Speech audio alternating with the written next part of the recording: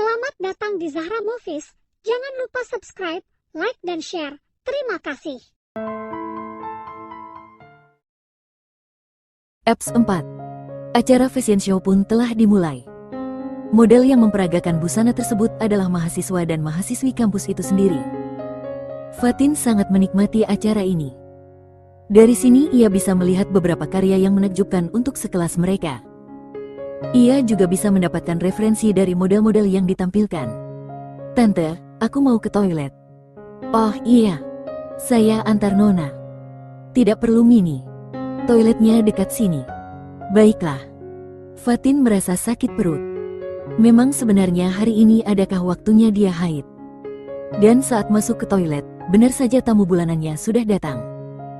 Beruntung ia menyiapkan pembalut di tasnya. Ia sengaja berjaga-jaga. Saat keluar dari toilet, Fatin tidak sengaja menabrak anak kecil. Maaf, saya nggak lihat. Fatin berjongkok mensejajarkan diri dengan anak tersebut. Tante cantik. Vania. Sontak Vania memeluk Fatin. Vania. Seorang perempuan memanggil. Fatin pun berdiri melihat ke arah wanita tersebut. Mama sudah selesai? Iya sudah, kamu ngobrol dengan siapa? Vania sudah diperingatkan untuk tidak ngobrol dengan sembarang orang. Karena maraknya penculikan saat ini. Mama, ini tante cantik temannya papi. Oh jadi ini istri Tuan Zaki, cantik juga. Batin Fatin. Zahira mengerutkan keningnya. Ia baru ingat cerita Vania tadi sore di kamarnya. Tante lihatlah bando yang tante pilih tadi. Vania cantik kan pakai ini? Cantik sekali, ucap Fatin. Vania menggandeng tangan Fatin. Fatin terpaksa mengulurkan tangan terlebih dahulu kepada Zahira. Ia merasa harus menghormati istri bosnya itu. Selamat malam Nyonya, saya Salsa. Selamat malam, saya Zahira. Ini yang dimaksud Vania, cantik sekali. Apa benar dia temannya kakak? Perasaan kakak tidak pernah akrab dengan teman wanita, apalagi mengantarkan belanja. Batin Zahira. Nyonya. Fatin menyadarkan Zahira karena tangannya belum dilepas. Oh iya, maaf. Duh, apa Nyonya ini curiga ya sama aku? Batin Fatin. Maaf, saya akan kembali ke tempat. Oh iya, silahkan. Fatin pun kembali ke tempatnya semula. Ia mengadu kepada Tante Kayla kalau saat ini ia sedang tidak nyeri perut karena datang bulan. Ia pamit untung pulang duluan bersama Mini. Tante Kayla pun mengizinkan. Fatin dan Mini keluar dari tempat tersebut dan menunggu mobil go-kart yang mereka pesan. Sebenarnya Om Ian ingin mengantar mereka, namun Fatin menolaknya. Saat mereka duduk di bangku luar gerbang yang tidak terlalu jauh dari tempat acara, ada beberapa preman yang lewat dan mendekati mereka. Memang keadaan di luar cukup sepi karena mereka berada di dalam. Wow, ada cewek cantik nih, pada ngapain Neng? Fatin dan Mini tidak menggubris mereka. Namun salah satu dari mereka justru berani ingin menoel dagu Fatin. Sontak Mini siap siaga menangkis tangannya. Fatin meringis memegang perutnya yang nyeri. Pergi. Atau aku cincang kalian. Wow, jagoan dia. Nona, kita ini berempat, apa kamu tidak takut? Tidak. Mini pun menendang salah satu dari mereka. Kalau berani jangan keroyokan. Tantang Mini. Namun salah satu dari mereka justru berhasil menodongkan pisau kepada Fatin. Nona, serahkan tasmu, ancam salah satu dari mereka. Fatin yang saat ini kurang enak badan malah semakin meriang melihat pisau yang berada di lehernya itu.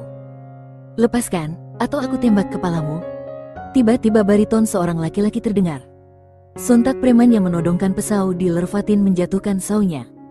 Fatin dan Mini pun terkejut melihat orang itu. Siapa kamu? Intel. Yang lain jangan lari kalau tidak mau aku tembak kakimu. Keamanan, cepat ke sini. Ia memanggil dua security kampus. Sementara borgol mereka, aku akan menelpon polisi. Ampun tuan, kami hanya bercanda tadi. Oh bercanda ya? Saumu hampir melukainya. Tidak lama kemudian polisi pun datang.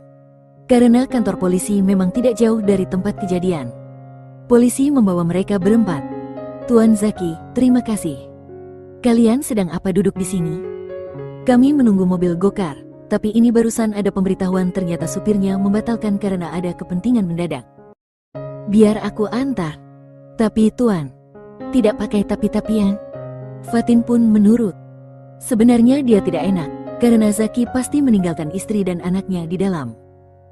Fatin baru tahu kalau pengusaha yang menjadi donatur utama di kampus Hilda adalah Zaki. Dan Zaki memang menyimpan senjata api karena sudah mendapatkan izin. Jakarta banyak preman, jangan sekali-sekali duduk di tempat yang sepi.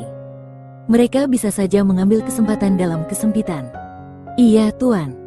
Sementara di tempat acara, Ibu Wardah dan Zahira kebingungan mencari Zaki.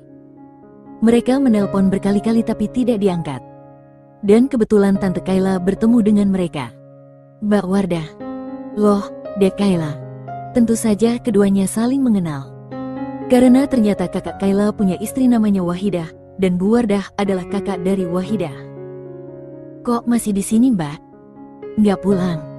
Lah ini kita nunggu Zaki nggak kelihatan batang hidungnya. Sudah dihubungi? Malah nggak diangkat. Kemana anak itu? Maaf Nyonya, apa Anda mencari Tuan Zaki? Tanya security. Tentu saja mereka sangat kenal kepada keluarga Zaki, karena setiap bulan Zaki atau ibunya akan datang ke kampus. Iya, apa kalian melihatnya? Pak Zaki tadi pergi bersama 2 orang wanita. Apa, 2 wanita? Maksudnya bagaimana? Security itu pun menjelaskan yang terjadi. Dan mereka pun paham. Tapi Om Ian dan Tante Kayla tidak tahu bahwa yang dimaksud adalah Fatin dan Mini. Begini saja Mbak, ayo kami antar. Tawar Ian. Nanti merepotkan deh. Enggak kok Mbak. Ya sudah, kalau begitu. Ini cucuku juga sudah mengantuk. Sementara Zaki sampai di rumah Tante Kayla. Ia pun memperhatikan rumah itu, karena malam jadi tidak terlalu jelas. Ia mengingat-ingat sepertinya ia pernah ke rumah itu 2 kali. Tapi kenapa dia sangat lupa? Nona, ini rumah siapa? Om Ian.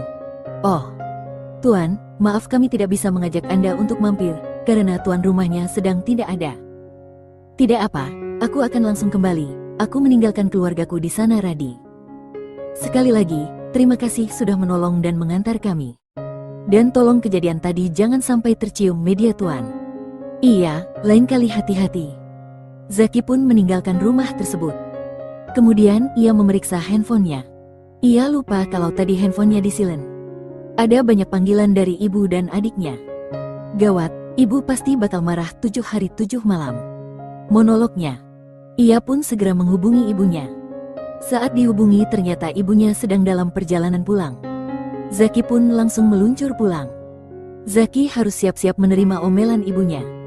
Ternyata ibunya sudah sampai di rumah. Zaki pun keluar dari mobil dan masuk ke dalam rumah. Assalamualaikum. Waalaikumsalam. Ibu, maafkan aku tadi itu. Kamu mengantar pulang kekasihmu, iya? Dia nggak apa-apa kan? Nggak ada yang luka? Ibu tahu tadi dari security.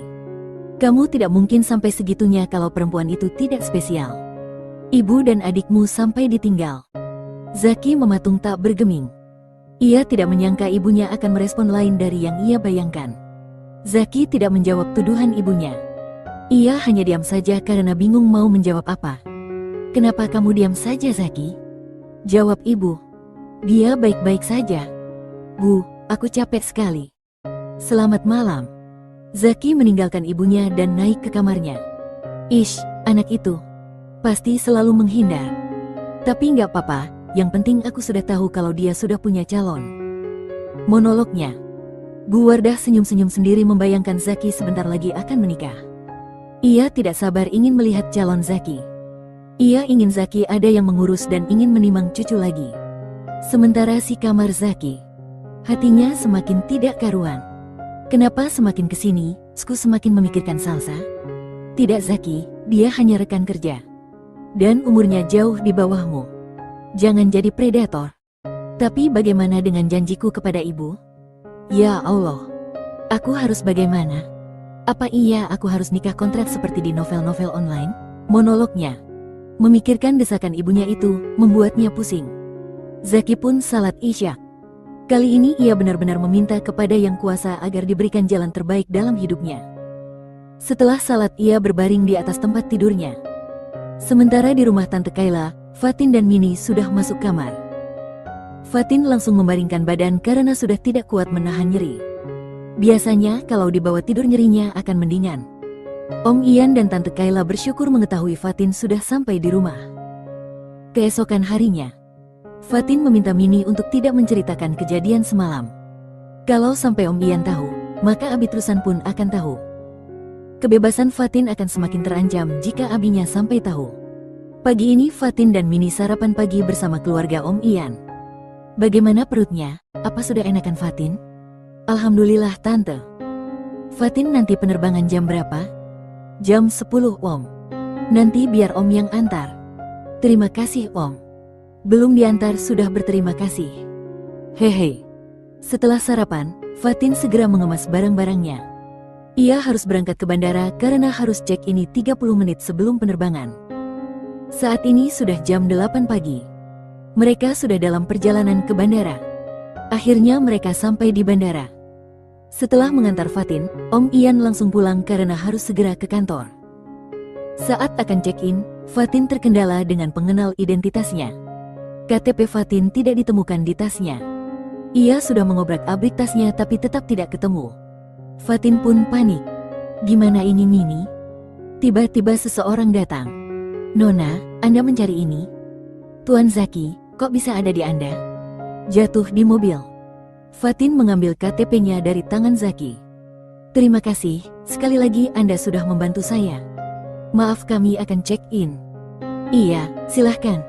Hati-hati jangan sampai hilang lagi. Iya, mari Tuan. Zaki mengangguk. Saat Fatin pergi dari hadapannya, ia tersenyum penuh arti. Flashback on. Supir Zaki sedang membersihkan bagian dalam mobil. Itu dilakukannya setiap pagi sebelum Zaki pergi ke kantor. Saat membersihkan bawah kolong kursi ia menemukan KTP. Ia pun segera menyimpannya. Ia ingat semalam tuannya keluar, mungkin itu milik teman tuannya. Saat Zaki akan berangkat ke kantor, supir itu melapor. Tuan, saya menemukan KTP di mobil ini. Mungkin Tuan tahu pemiliknya. Ia mengeluarkan KTP tersebut dari dalam kantongnya. Zaki menerimanya lalu melihatnya. Sontak ia langsung tahu saat melihat fotonya. Ia pun membaca identitasnya. Fatin Trias Salsabila. Memang masih 20 tahun ternyata.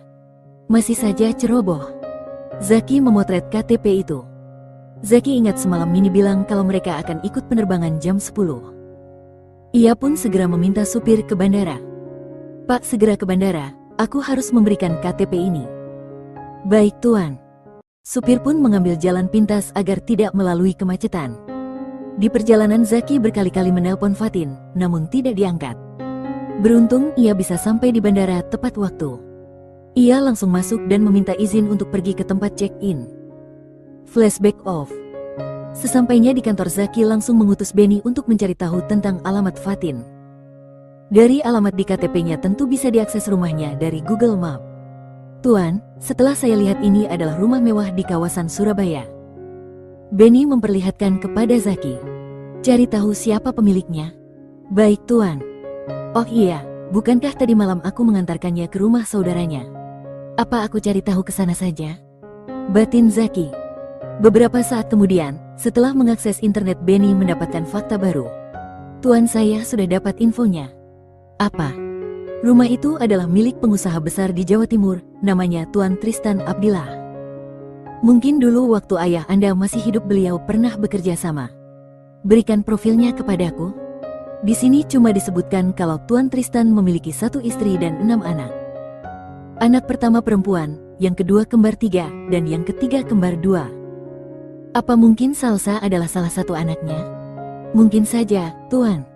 Masih terbesit teka-teki di dalam kepala Zaki. Tuan, saran saya kalau Tuan memang tertarik lebih baik cepat bertindak. Jangan sampai didului orang. Apalagi kalau orang itu saudara Tuan sendiri. Maksudmu? Pak Haikal itu kayaknya sangat tertarik kepada Nona Salsa. Setelah melakukan tugasnya, Benny kembali ke ruangannya. Sedangkan Zaki, ia melupakan urusan hatinya dan kembali bekerja. Ia mengecek perkembangan perusahaan yang dipimpin Haikal di Samarinda. Fatin dan Mini sampai di Bandara Surabaya. Keduanya dijemput oleh supir. Fatin baru membuka handphonenya. Ia melihat ada 10 panggilan dari Zaki. Pasti tadi dia nelpon karena ingin ngasih KTP. Batinnya. Tidak lama kemudian mereka sampai di rumah. Bunda Salwa menyambut kedatangan mereka. Bunda, ini ada oleh-oleh dari Tante Kayla. Aduh, ini sih dibalas namanya. Gimana sayang, lancar? Alhamdulillah lancar. Karena sudah waktunya makan siang, Fatin pun makan bersama sang bunda. Kedua adiknya belum datang dari sekolah. Abinya pun masih di kantor. Setelah itu, Fatin masuk ke kamarnya untuk tidur siang. Saat terbangun, Fatin mendapat chat dari nomor baru. Namun saat melihat profilnya, ternyata adalah Haikal. Karena Haikal adalah bagian dari perusahaannya bernaung, tentu Fatin tidak mengabaikannya. Fatin membalas seadanya. Keesokan harinya, Haikal sangat rajin mengirim chat selamat pagi, selamat siang, selamat malam, bahkan selamat tidur. Fatin membalas dengan singkat. Sampai akhirnya keesokan harinya, Haikal pun menelpon Fatin. Aduh, ini Pak Haikal, ada apa sih telpon-telpon? Angkat nggak ya? Fatin, itu ada telepon kok nggak diangkat? Tegur Bunda Salwa. Malas Bunda. Siapa? Teman yang kerja di perusahaan. Angkat dong, siapa tahu penting. Handphone pun mati. Bunda Salwa hanya bisa geleng kepala melihat putrinya. Hari ini hari libur, jadi mereka berkumpul di rumah. Bahkan Ira dan keluarga kecilnya berkunjung ke rumah abinya untuk menikmati momen liburan mereka. Meski cuma makan-makan dan berbagi cerita. 1 minggu berlalu. Zaki semakin ketar-ketir. Waktunya untuk membawa calon istri kepada sang ibu tinggal 2 hari lagi. Ia bingung memikirkannya. Apa dia harus menyewa seorang perempuan untuk berpura-pura menjadi kekasihnya? Atau dia harus menerima perjodohan yang akan diatur oleh ibunya? Dalam kebingungannya, entah kenapa justru Fatin yang ada di benaknya. Hari ini Zaki diajak sang ibunya main ke rumah saudara dari iparnya.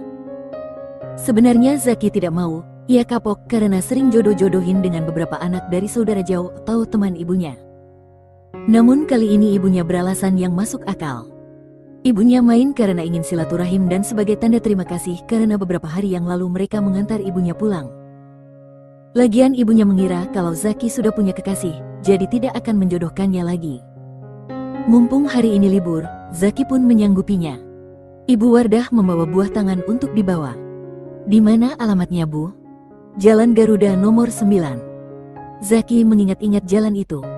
Apa kita pernah ke sana, Bu? Lah iya, dulu waktu kamu masih sekolah pernah kok kita ajak main ke sana. Itu rumahnya adiknya Om Kendra. Oh iya. Saat akan sampai di jalan tersebut, Zaki langsung ingat kalau dirinya waktu lalu mengantarkan Fatin ke daerah tersebut. Ini benar, Bu, rumahnya?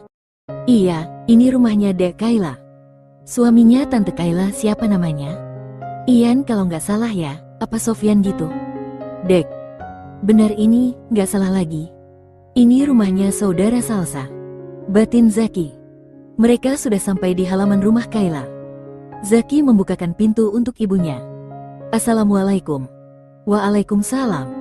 Mbak Wardah. Aduh, aku seneng banget loh, Mbak beneran main ke gubukku. Udah lama banget gak main ke sini. Kamu juga, udah lama gak main ke rumah. Mereka berpelukan dan cipika-cipiki. Ini Zaki kan? Iya, Tante. Wah, kamu ini sudah sangat dewasa ya. Malam itu Tante gak ketemu kamu ya? Kamu lagi nganterin orang katanya. Nganterin pacarnya deh. Sambung Bu Wardah. Elgi, bukannya kamu sudah menikah, Zaki? Kalau dia menikah, kamu pasti aku undang deh. Oh iya ya, adiknya yang sudah nikah kan? Iya, Zahira. Mereka pun dipersilahkan masuk dan duduk. Tante Kayla nenangin suaminya. Zaki pun menjabat tangan Om Ian. Zaki ini pengusaha hebat ya, beruntung Mas Abra punya pewaris yang mumpung sepertinya. Biasa saja Om. Berkat bimbingan ayah juga. Zaki, anakku yang pertama itu kuliah di bisnis fashion, siapa tahu nanti bisa magang di kantormu ya. Tapi sekarang masih semester 2. Iya Om, itu bisa diatur. Om Ian mengajak Zaki untuk main catur di belakang. Sedangkan Tante Kayla dan Ibu Wardah saring koleksi perhiasan mereka. Saat serius main catur terbesit keingintahuan Zaki tentang hubungan Salsa dan Om Ian. Om. Iya, ada apa Zaki? Apa kamu sudah capek mainnya? Tidak Om, bukan begitu. Saya mau tanya sesuatu. Apa itu? Beberapa waktu lalu, malam-malam saya mengantar rekan kerja ke rumah om ini. Katanya ini rumah saudaranya. Saya tidak tahu itu benar atau tidak, karena saya cuma mengantar di depan gerbang. Hah, siapa? Salsa, Salsa. Aku tidak tahu siapa itu Salsa. Zaki pun menceritakan siapa Salsa dan sebab ia mengantarkan Salsa malam itu. Om Ian mulai paham dengan orang yang dimaksud Zaki. Om Ian mengambil handphonenya. Ia menunjukkan foto Fatin saat bersama keluarganya. Yang ini maksud kamu? Loh iya, ini orangnya. Ini Fatin, anaknya Bang Tristan. Jadi Fatin itu kerja sama-sama kamu? Iya om. Kamu sebut Salsa aku nggak ngerti, karena di rumah dipanggilnya Fatin. Zaki menganggukkan kepala. Akhirnya identitas Fatin akan terkuak. Jadi malam itu yang diganggu preman Fatin? Iya om. Astagfirullah. Tapi anak itu nggak cerita. Kalau sampai abinya tahu dan dia nggak selamat bisa jadi ayam geprek aku. Untung ada kamu yang nolongin. Om Ian pun menceritakan asal-usul keluarga Fatin dan hubungannya dengan Fatin. Kini terjawab sudah rasa penasaran Zaki. Ia tidak menyangka ternyata Fatin benar-benar anak dan cucu dari seorang pengusaha besar di negeri ini. Kenapa kamu sangat ingin tahu tentang Fatin? Dek, hati Zaki jadi tidak karuan. Ia masih bingung dengan perasaannya. Apalagi saat tahu Fatin adalah keturunan orang terpandang. Sudah pasti keluarga Fatin pun akan pilih-pilih orang untuk menjadi pendamping Fatin. Ditambah lagi, dari cerita Om Ian Fatin masih muda dan ingin fokus berkarir. Sedangkan dirinya bisa dibilang perjaka tua. Kenapa diam? Apa ada sesuatu di antara kalian? Tidak ada om. Saya hanya ingin tahu karena kami menjalin hubungan baik dalam pekerjaan. Dalam perasaan apa tidak ada? Goda Om Ian. Tiba-tiba Tante Kayla dan Ibu Wardah menghampiri mereka. Bu Wardah mengajak Zaki pulang, karena Fania menelponnya mencari mereka. Sebelum pulang, Zaki meminta nomor telepon Om Ian. Mereka pun pamit pulang. Setelah kepergian Zaki dan ibunya, Om Ian bercerita tentang Zaki dan Fatin. Ia juga menceritakan tentang kejadian malam itu. Mas, berarti yang dibilang Mbak Wardah pacar Zaki Fatin. Hah, menang Mbak Wardah bilang apa? Iya, Zaki malam itu terpaksa meninggalkannya karena menolong pacarnya yang diganggu preman, lalu mengantarnya pulang. Om Ian berpikir sejenak. Dek, apa iya mereka pacaran? Tante Kayla mengedikkan bahunya. Mbak Wardah sih bilangnya begitu, tapi kalau ternyata malam itu Fatin yang diantar Zaki berarti kan benar. Soalnya kata Mbak Wardah Zaki belum mau ngomong. Wah ini berita spektakuler. Jangan ember lo mas. Aku cuma akan menggoda Bang Tristan. Sementara di Surabaya, Fatin sedang menerima telepon dari Haikal. Beberapa hari ini Fatin sering menerima telepon dari Haikal. Ia mengangkat telepon dari Haikal karena tidak enak sudah beberapa kali mengabaikannya. Nona Salsa, aku tidak mau berbasa-basi lagi kepada Anda. Memang Anda berbasa-basi kepada saya? Iya, aku rasa begitu. Nona, dari awal bertemu aku sudah jatuh hati kepada Anda. Haha, Anda bisa saja. Nona, saya serius. Fatin diam sejenak, ia tidak mengharap kata-kata itu keluar dari mulut Haikal. Nona, apa Anda masih di sana? Ah iya, Pak Haikal maaf saya harus menemui tamu. Oh iya, silahkan. Nanti disambung lagi. Fatin mematikan panggilannya. Ya Allah maafkan hamba sudah berbohong. Batinnya. Fatin turun ke bawah untuk menemui sang bunda. Sebenarnya bagi Fatin Haikal adalah laki-laki yang baik, namun Fatin tidak tahu sifatnya yang sebenarnya. Dan Fatin tidak punya ketertarikan kepadanya. Fatin hanya menganggapnya sebagai teman saja. Bunda, sedang apa? Bikin kue. Fatin mau lihat. Jangan cuma lihat, belajar juga. Sepintar-pintarnya perempuan harus bisa menyenangkan suami. Salah satunya melayani suami dengan baik, ya termasuk memasak makanan kesukaannya. Meskipun kamu menjadi wanita karir nantinya, tapi kamu harus bisa menyeimbangkan kewajibanmu sebagai istri. Bunda rasa kamu sudah belajar masalah itu di pesantren. Ya. Bunda, kenapa nasihat Bunda seakan-akan aku akan menikah besok? Haha, jodoh nggak ada yang tahu, sayang. Ujar Bunda Salwa serah mencubit hidung putrinya. Fatin langsung teringat dengan perkataan Haikal. Fatin salat di dalam sebuah masjid. Selesai salat ia keluar dari masjid. Namun saat akan memakai sandalnya, ia tidak menemukan. Sandalnya hilang. Perasaan tadi di sini. Monolognya. Fatin pun mondar-mandir di depan masjid mencari sandalnya. Karena sudah putus asa, akhirnya ia putuskan untuk duduk di teras masjid. Lalu datanglah Haikal membawa sepasang sandal. Pakailah sandal ini. Tapi ini bukan milikku. Fatur menolaknya. Nggak apa-apa. Tidak, aku mau sandalku. Haikal kecewa karena Fatin tidak mau memakai sandal yang ia beri. Apa ini sandalmu? Tiba-tiba Zaki datang. Tuan Zaki, pakailah. Di mana Anda menemukan sandal ini? Di dekat tempat wudhu. Fatin sangat senang karena sandal kesayangannya sudah ketemu. Bukan masalah harganya, tapi sandal itu dibelikan abinya langsung dari Pakistan. Kring, kring. Suara alarm mengagetkan Fatin. Ia bangun dari mimpinya. Saat ini sudah jam 1. Ya Allah, mimpi apa aku tadi? Ia pun segera pergi ke kamar mandi untuk membersihkan diri dan berwudu. Lalu ia melaksanakan salat malam. Keesokan harinya, Abi Tristan mendadak harus pergi ke Jakarta. Ia berpamitan kepada istrinya. Kenapa mendadak sih, Bi? Ya, karena memang mendesak, Bun. Ya, sudah hati-hati.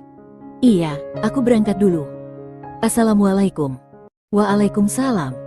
Abi Tristan berangkat ke bandara jam 6 pagi diantar supir. Tidak biasanya Abi Tristan pergi secara mendadak. Bahkan Bunda Salwa sampai heran. Abi mana kok nggak ikut sarapan, Bun? Abimu pergi 1 jam yang lalu. Hah, pagi amat. Kemana? Ke Jakarta. Ngapain? Yang pasti ada urusan. Mana Bunda tahu urusannya apa? Fatin ingat mimpinya semalam. Ia pun ingin berbagi cerita dengan sang bunda, namun ia ragu. Melihat ada sesuatu yang lain dari sang putri, Bunda Salwa pun lantas bertanya. Fatin, apa kamu ada masalah? Bunda, Fatin mau cerita. Tapi Bunda jangan tanggapi serius ya. Semalam Fatin mimpi. Fatin menceritakan mimpinya yang sangat jelas semalam. Bunda Salwa menjadi pendengar setia. Fatin, apa 2 orang ini sedang mendekatimu? Kemarin Pak Haikal baru menyatakan perasaannya kepada Fatin, Bun. Tapi Fatin cuekin. Kalau yang satunya itu, si Zaki? Ya ampun Bun, Tuan Zaki kan sudah punya istri dan anak. Ya mana mungkin dia ada perasaan sama aku? Yakin? Aduh jangan sampai deh Bun. Fatin gak mau jadi pelakor, amit-amit. Sudah Fatin mau siap-siap. Fatin anggap itu hanya bunga tidur. Fatin masuk ke kamarnya dan bersiap-siap untuk berangkat ke galeri. Jam 7.50. Jet Abi Tristan sudah mendarat di bandara. Ia sudah dijemput oleh sepupunya. Bang, aku nggak ngangka kamu bakalan langsung terbang ke sini. Ini gara-gara kamu, awas saja kalau kamu cuma bikin hoaks. Ya elah bang, kita sudah tua masak mau omong kosong. Jam berapa kita akan bertemu dengannya? Jam 9, ini sekarang kita langsung saja berangkat ke restoran. Abi Tristan tidak sabar ingin bertemu dengan orang yang dimaksud sepupunya itu. Karena ini menyangkut masa depan putrinya. 1 jam kemudian, mereka sampai di restoran. Ternyata orang yang mengajak mereka bertemu belum datang. Biasanya aku yang ditunggu orang, nah ini malah aku yang nunggu. Sabar bang, biar gak cepat tua. Diam kamu, aku memang sudah tua. Cucuku saja sudah mau 3. Sementara mereka memesan minuman sambil menunggu yang ditunggu datang. 5 menit kemudian, orang yang ditunggu pun datang. Abi Tristan siap-siap dengan tampang garangnya. Assalamualaikum, selamat pagi Om. Waalaikumsalam, selamat pagi. Ia menjabat tangan 2 lelaki paruh baya itu. Abi Tristan memperhatikannya dari atas sampai bawah. Maaf telat, macet. Bang, ini Zaki. Zaki ini abinya Fatin. Iya salam kenal, Pak. Zaki menundukkan kepalanya. Sebelum membicarakan lebih lanjut mereka memesan makanan. Karena ketiganya belum sarapan. Setelah selesai sarapan, Abi Tristan siap mencecar pertanyaan. Apa hubunganmu dengan anakku? Kami rekan kerja, Pak. Lalu kenapa tiba-tiba kamu ingin melamarnya? Jujur, saya tertarik kepadanya. Hanya tertarik saja. Zaki seperti mengikuti sidang skripsi, bahkan rasanya lebih menegangkan daripada itu. Padahal berkali-kali ia menghadapi klien yang protektif, tapi kali ini rasanya lebih mencekam. Tidak bisa menjawab. Maaf Pak, sebenarnya saya tidak tahu apa yang saya rasakan. Tapi saya tidak bisa berhenti memikirkannya. Dan dia salah satu alasan untuk aku menjadi yang lebih baik lagi. Dia siapa yang kamu maksud? Sal. Fatin. Apa benar kamu masih single? Iya, saya belum pernah menikah. Profilmu palsu? Itu untuk menjaga saja, agar saya tidak diincar oleh pengusaha yang ingin menjodohkan anaknya dengan saya. Percaya diri sekali kamu. Om Ian menahan tawa melihat pemandangan di depannya. Harus, karena dengan percaya diri saya bisa bertahan di dunia bisnis. Dan itu yang ayah saya ajarkan, Pak. Melihatnya, seperti berkaca pada diri sendiri waktu masih muda dulu. Batin Abi Tristan. Kamu tahu, Fatin adalah putriku yang paling berambisi. Dia tidak mau kuliah karena lebih memilih menekuni kemampuannya itu. Aku sebagai orang tua hanya bisa mendukungnya. Usianya masih 20 tahun, tapi bagiku pencapaiannya sudah luar biasa. Dia tidak mau berdiri di belakang namaku. Yang aku tahu dia masih ingin berkarir. Saya bisa menunggunya sampai siap menikah. Hah? Memang kamu yakin dia mau sama kamu? Dek. Hati Zaki dilanda dilema. Ia pun sebenarnya tidak yakin kalau Fatin mau menerimanya. Namun setidaknya mungkin dia bisa berusaha. Begini saja, mungkin ada hal yang bisa membuatnya tidak akan menolakmu. Pikirkan itu. Dan jangan lupa mintalah kepada Dat yang Maha Menciptakan. Kalau kami sebagai orang tuanya hanya ingin yang terbaik untuknya. Terima kasih, Pak. Karena terlalu bahagia mendapat restu dari orang tua Fatin, Zaki dengan antusias mencium tangan Abi Tristan.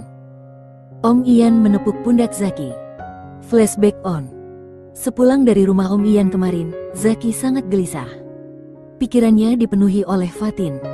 Ia pun memutuskan untuk menelpon Om Ian dan memberitahu keinginannya melamar Fatin. Sontak Om Ian sangat terkejut. Zaki pun menceritakan bahwa sebenarnya tidak ada hubungan apa-apa antara dia dan Fatin. Namun meski begitu, ia memang sudah ada rasa ketertarikan kepada Fatin. Menanggapi itu Om Ian langsung menantang Zaki untuk bertemu langsung dengan orang tua Fatin. Zaki pun langsung menyanggupinya. Setelah Zaki menutup teleponnya, Om Ian langsung menghubungi Abi Tristan. Tentu saja Abi Tristan terkejut. Kamu gila Yan? Masa anakku mau dijadikan istri kedua? Ish, siapa yang akan jadi istri kedua bang? Zaki itu single belum menikah. Yang benar saja. Udah benar ini bang. Aku juga gak rela kalau Fatin dijadikan ban serep. Bahasamu Yan. Zaki ini memang sedang mencari calon istri bang. Dan dia hanya tertarik sama Fatin. Bukankah ini kabar baik? Aku tahu abang tidak akan melihat seseorang dari harta atau tahta. Tapi si Zaki ini menurutku masuk kriteria menantu idaman. Fatinku masih kecil, Yan. Iya, masih kecil tapi sudah bisa bikin anak kecil haha. Sebenarnya aku juga khawatir terhadapnya. Malah kemarin-kemarin aku yang nyuruh dia buat nikah muda saja. Begini saja bang. Biar abang temui dulu utus si Zaki. Dilihat dan dinilai langsung. Tapi jangan bilang-bilang Fatin. Oke, besok pagi aku meluncur ke Jakarta. Sip, aku tunggu bang. Flashback off. Setelah pertemuan mereka di restoran, Abi Tristan mampir ke rumah Om Ian. Dua bersaudara ini cukup lama tidak bertemu. Sejak Om Ian menetap di Jakarta, Wah hanya akan pulang ke kotanya paling tidak 1 tahun 2 kali. Dan sore harinya, Abi Tristan langsung kembali lagi ke Surabaya. Di kantor Zaki. Ia sedang berpikir keras untuk bisa mengutarakan keinginannya kepada Fatin. Meski belum 100% yakin dengan perasaannya, namun baginya tidak ada wanita lain yang saat ini terbesit dalam pikirannya. Ia baru sadar kalau beberapa hari ini Fatin selalu hadir dalam mimpinya. Namun ia sekali mengabaikan. Padahal mungkin itu adalah salah satu petunjuk dari Tuhan. Saat pulang ke rumah, Fania menangis. Ia merengek ingin jalan-jalan ke mall lagi. Zahira, bawalah Fania jalan-jalan. Kak, aku masih trauma melihat mobil yang berlalu lalang. Bukan tanpa alasan Zahira trauma. Itu karena suaminya meninggal akibat kecelakaan saat bersamanya. Namun ia bisa selamat karena terpental dari mobil. Sedangkan suaminya terjepit di dalam mobil dan meninggal di tempat. Bahkan saat naik mobil Zahira selalu menutup matanya. Papi, ajak saja tante cantik. Dia pasti mau. Dek. Zaki terkejut karena Fania masih mengingat Fatin. Zaki pun langsung mendapatkan angin segar. Mendadak terbesit ide di kepalanya. Sekarang sudah sore, mall sudah mau tutup. Besok papi akan ajak kamu jalan-jalan dan ketemu tante cantik. Janji ya, Pi? Iya. Sekarang belajar ngaji dulu ya. Itu guru ngajinya sudah datang. Iya, Pi. Sampai di kamarnya, Zaki langsung menghubungi Benny untuk menggantikannya besok di kantor. Besok ia tidak akan ke kantor karena ada urusan yang lebih penting. Urusan masa depannya. Keesokan harinya, Zaki sudah menyiapkan jawaban jika ibunya akan menagih janjinya. Ia sudah siap dengan pakaian santai, celana jeans dan kaos serta jaket jeans. Ia tampak lebih muda dari usianya. Zaki, kamu tidak ke kantor? Tidak, Bu. Hari ini aku dan Fania akan jalan-jalan. Kemana? Rahasia. Zaki ingat, ini sudah 1 bulan. Bu doakan aku berhasil melamarnya. Kalau dia menerima lamaranku, ibu tidak akan perlu menunggu lama lagi melihatku menikah. Kamu serius kan? Tentu saja, asal ibu tidak keberatan dengan pilihanku. Ibu akan mendukung siapapun pilihanmu. Asal dia baik. Papi.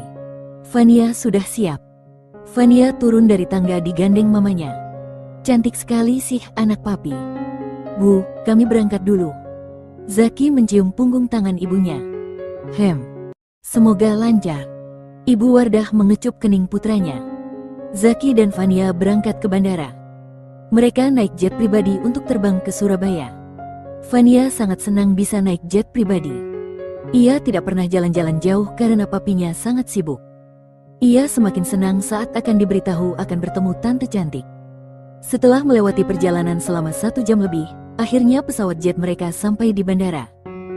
Dari bandara, mereka langsung menggunakan mobil travel menuju galeri Fatin.